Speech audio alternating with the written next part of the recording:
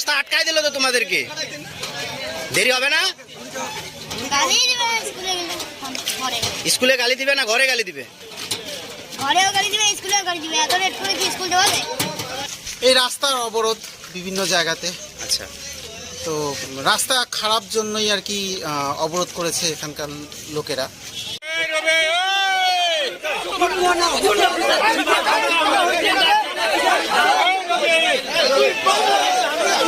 স্কুলের শিক্ষকরা এখানে বসে আছে সবাই।